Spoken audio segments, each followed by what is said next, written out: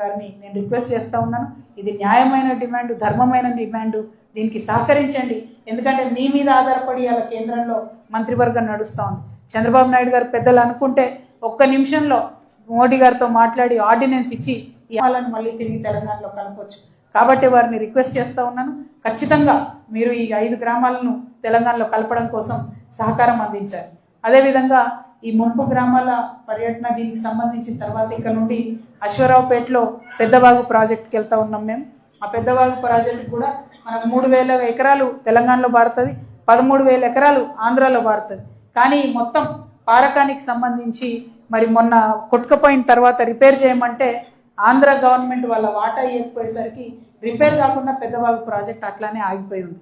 అంటే మన వైపు ఉన్న 3,000 ఎకరాలకు నీళ్లు రావడం లేదు, అటువైపు ఉన్న 13,000 ఎకరాలకు వాళ్ళకి ఇతరత్ర నీళ్ళు వస్తున్నాయి కాబట్టి వాళ్ళు పట్టించుకుంటలేరు.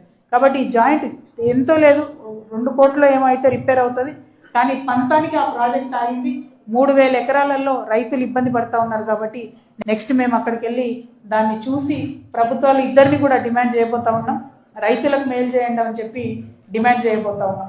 అదేవిధంగా ఇంకా ఒక్కొక్క నియోజకవర్గంలో వెళ్తున్న కొద్దీ అక్కడ ప్రజలు అనేకమైన సమస్యలు చెప్తూ వచ్చారు. పర్టికులర్లీ పినపాకలో ఒక పర్మనెంట్ పాలిటెక్నిక్ కాలేజ్ లేకుండా ఇబ్బంది పడుతూ ఉన్నారు. కాబట్టి స్వంత భవనం నిర్మాణం చేసేయాలని కోరుతున్నారు. మనుగురు పట్టణంలో ప్రయాణికుల రద్దీ ఎక్కువైంది కాబట్టి మంచి కొత్త బస్టాండ్ కావాలని అడుగుతున్నారు.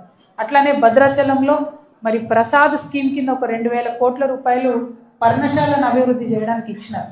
కానీ రామ్లవారి టెంపుల్ అభివృద్ధికి మాత్రం 1 రూపాయి కూడా ఇవ్వలేదు. ప్రసాద్ స్కీమ్ కింద కనీసం ఒక 300 కోట్లన్నా ఇవ్వాలని చెప్పి నేను డిమాండ్ చేస్తున్నాను. మరి రేవంత్ రెడ్డి గారు ఇక్కడికి వచ్చి మాట ఇచ్చిపోయి నేను 350 కోట్లు ఇస్తా గుడికి అని చెప్పి ఆ మాట కూడా ఆయన తప్పిండు. ఎట్లయితే ఆడబిడ్డలకు 2,500 ఇస్తా అని మాట తప్పిండో, ఎట్లయితే వృద్ధులకి పెన్షన్ పెంచుతా అని చెప్పి పెంచకుండా మాట తప్పిండో, ఎట్లయితే యువమిత్రులకు 2 లక్షల జాబులు ఇస్తా సంవత్సరానికి అని చెప్పి ఇవ్వకుండా మాట తప్పిండో, ఎట్లయితే అన్ని 6 గ్యారెంటీల మీద మాట తప్పిండో, రామ్ల వారికి ఇచ్చిన మాటను కూడా తప్పుతూ రేవంత్ రెడ్డి గారు మరి ఇస్తాన డబ్బులు ఇవ్వలేదు. కాబట్టి భద్రాచలం రామ్ల వారి కోసం ఆ డబ్బులు రిలీజ్ చేయవలసిందిగా నేను ప్రభుత్వాన్ని డిమాండ్ చేస్తా ఉన్నాను.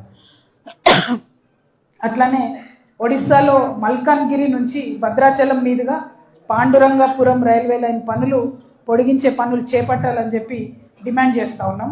అదేవిధంగా కొత్తగూడెం నియోజకవర్గంలో నిన్న మొన్న ముఖ్యమంత్రి గారి పర్యటన జరిగింది. ఏం చేసిండ్రు?